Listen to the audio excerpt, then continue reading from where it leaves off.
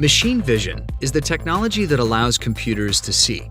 A camera converts visual information into a digital input that a computer uses to make decisions. This technology is commonly found in factory automation and logistics operations in the form of machine vision systems. Specialized, highly sophisticated, self-contained devices built to run constantly on assembly lines and other industrial settings.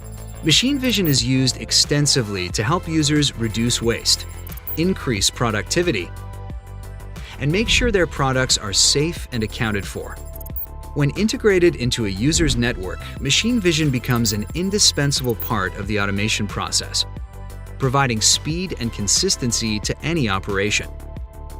In other words, machine vision makes it easier to see all the little details critical to growing an efficient and successful business.